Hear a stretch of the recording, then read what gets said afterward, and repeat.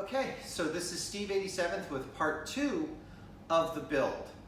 Now, you'll see some interesting things in this, and we'll see how far we get with the build this week. Okay, if you remember from the last video, we went ahead and got a box from Amazon that had a bunch of parts in it. One of the parts that came in it were the wheel sets that were going to go in the bottoms of the legs. There were some other items that came in there as well, which we'll see a little bit later in the future. But so today's video is going to focus on getting these wheels into legs. So let's go make some legs, put in some T-pins, and install the wheels. Okay, everybody, so today we've got our chop saw back out. Yep, it's a little dark. That's okay. Sun gets bright. And we've got our legs. Now, we're doing a couple of things today. This first one is going to figure out how long my legs need to be. I've got the wheels, and I've got the post, and the post goes in so far. And then the wheels will be put in with these T-plugs. Okay? So basically, I have to make 8 sets of legs, which as soon as I get this and figure out what my actual length is going to be, I'll start cutting those. And then we'll have to drill a hole in the bottoms of each one of these to put the rollers on. And then once that's done, we'll see whether or not the tables are stable enough to roll around on their own, or if we have to put some supports in them. Okay, so that's what today brings. Okay, apparently I forgot to set my camera, so you guys are not going to see what I did. So basically, let's just go over what happened. I took a piece of 2x2 and my wheel, placed it into the leg box here, which some of these are going to be nice and snug, which is good. It's kind of what we want. Okay, we took a measure. That's pretty good. Took a measure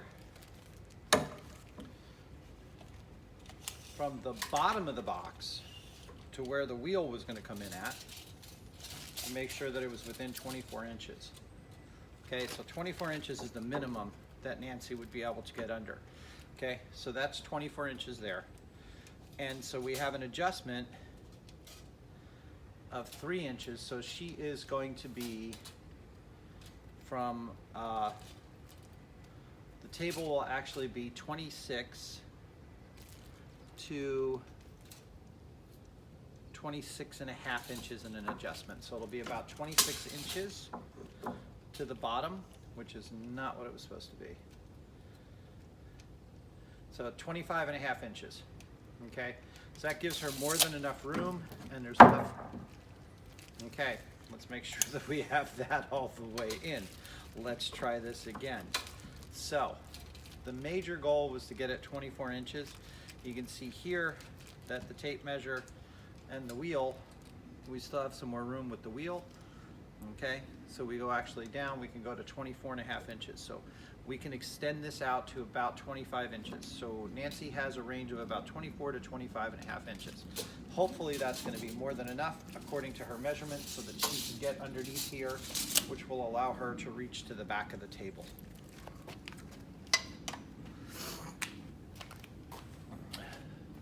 So once that measurement was established, came over to the chop saw, set the far end, and then cut all the pieces of lumber. So now the next thing to do is to square all of those off on the bottoms and start drilling holes so that we can mount the wheels. Okay, this again is where we wish we were Jerry and had Jerry's wonderful shop, but we don't. So I've got to knock off all of the little burrs and stuff like this and sand all this. So I got my trusty belt sander. It'd be so much easier to have a planer or something like that to take all of these, but this is what I got, so this is what we're gonna do.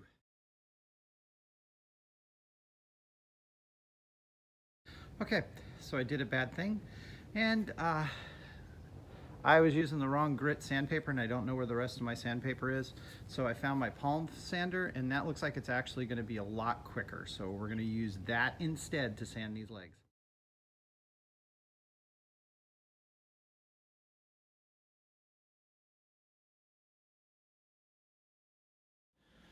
All right, so we're gonna start by drilling the legs. And I've already found out that I made one mistake, either that or else I didn't have enough of these. I have to go get more of these T-pins because I only have 8 and I need 4, 8, 16 wheels. I have the wheels, I just don't have all the T-pins.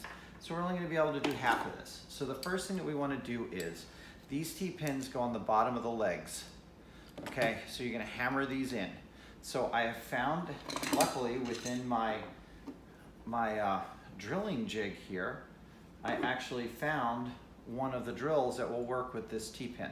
It's a little bit small, so we're gonna try it out on the first one. So if you can see here, I've got my drill set up on there. So what I'm doing is this has got to go through this hole, which you can see will keep the drill much steadier than what my hand is going to be able to deal with. We'll probably wind up clamping this onto the center of all these after I get all of this stuff set up.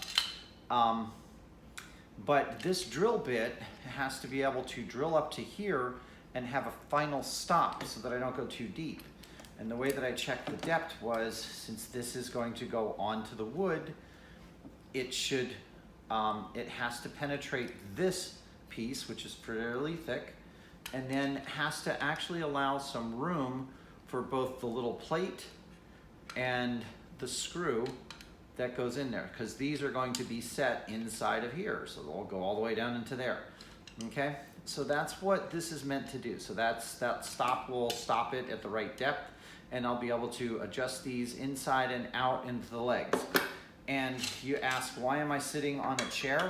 I'm going to show you that when I start doing the drilling, as soon as I get my first sets of legs set up, because there's some things to have to do with drilling that I kind of want to give you guys some tips on, so that you work a little bit better in the future and you get a little bit higher product. Now, understand this is working from the fact that I don't have a drill press or anything like that to make good straight drill. So I want to show you guys how you can make straight drills without having a drill press. Okay? Okay. So during my downtime, I was able to go ahead and see if you guys can see this. It's going to be kind of hard. I put an X on the centers of each one of these beams. It was really simple, right? That's just one of those easy mathematic things. You take a square edge, go from corner to corner, go from corner to corner, you find the centerpiece. Okay, so that's the easy part. So I've got this clamped up into my table here, so hopefully it won't slide back too much. I can't hit the other side because you can only do one of them at a time. All right, so we have a few things that we want to do here. The first, let's go ahead and set a starting hole for my dowel, which is why you use your starting dowel here. I said this is mostly meant for dowels, but You can use it for anything. Really, the way that this is supposed to be done is if you have a connecting dowel, you put this in the one side, then you slam it into the other and it locates it. So we're gonna start with that. Now, we take our drill and put it in our little jig here. We're gonna make sure that it goes into the setting section. Things that this has got built in are these little pins. And what they're meant to do is get you to where you need to be, and then you can hold it in place, and then you'll be able to hold this, okay? So, let's see if I can use those to my advantage.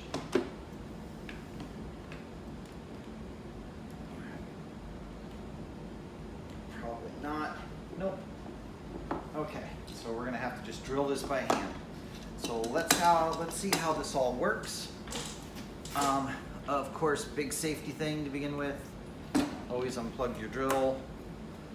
Shouldn't be wearing loose clothing, which I kind of am not.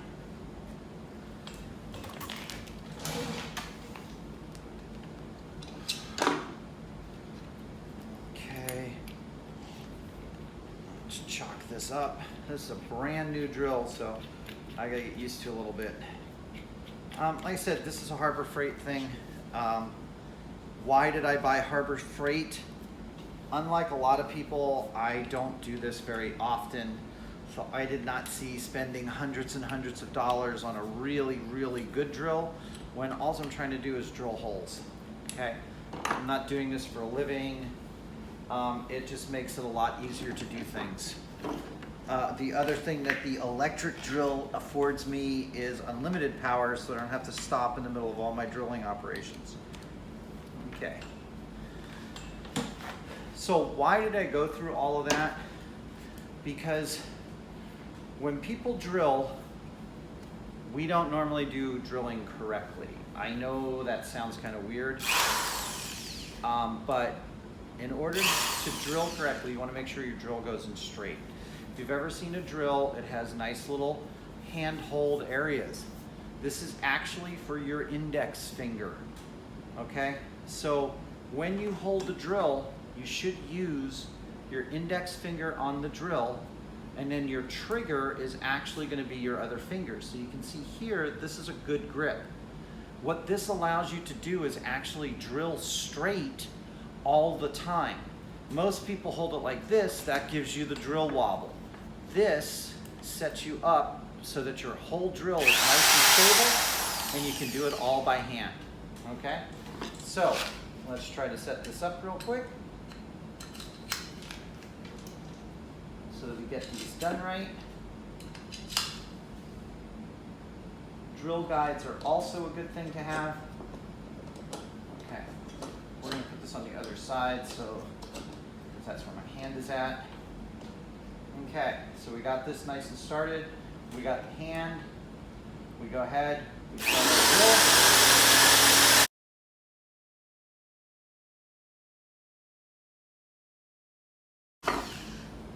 So that gets, you can see here that the drill doesn't go all the way through, only most of the way through. Clean up the hole a little bit. Now, without putting the T-pin in, sorry, let me get this out of the way. Without putting the T-pin in, this goes in there. We still have a little bit of play, so that means I've got to adjust that down a little bit more. But while I've got most of this hole drilled, I can go in and countersink it some more.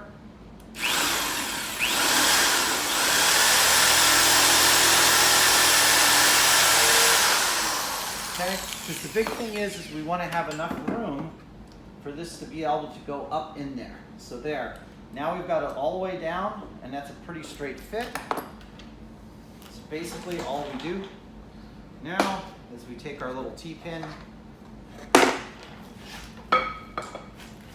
Hopefully you guys can see this.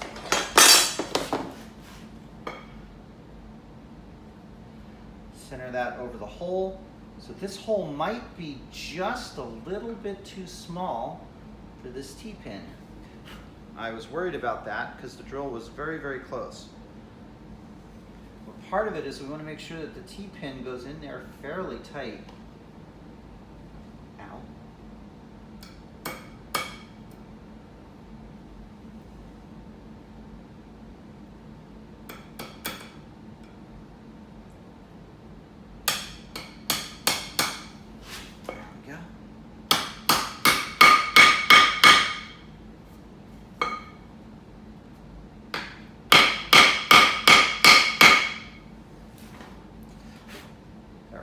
we've got our T-pin in.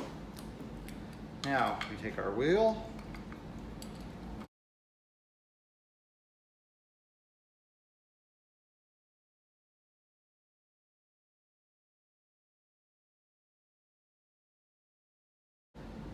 And there we go. Now we've got a wheel that swivels, or it's supposed to swivel. Once I get the swiveling going.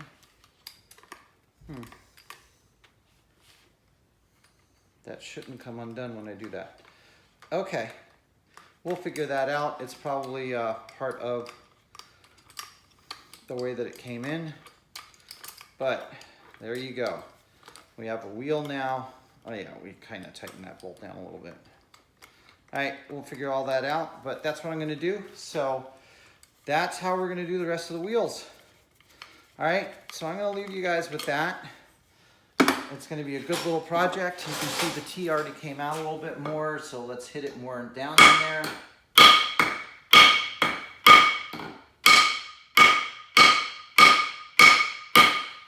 You wanna get it as flat as possible. And there you go. So like I said, let's look at the other wheel. It does swivel, so I think what happened was I might have tightened that down a little bit too much, because you should actually be doing it with this nut in place. I'm gonna go ahead and do the rest of these off camera. You guys won't have to be bored. Well, I hope you guys enjoyed this segment, and we're gonna end it here and we'll move on. There'll be some more parts coming. I want to thank you guys for watching. If there's any questions about what I'm doing, please put them in the comments below. Give this video a like, and ask other people to come look at it, and or subscribe if you're not a subscriber. Anyway, this is Steve87 saying thanks for watching.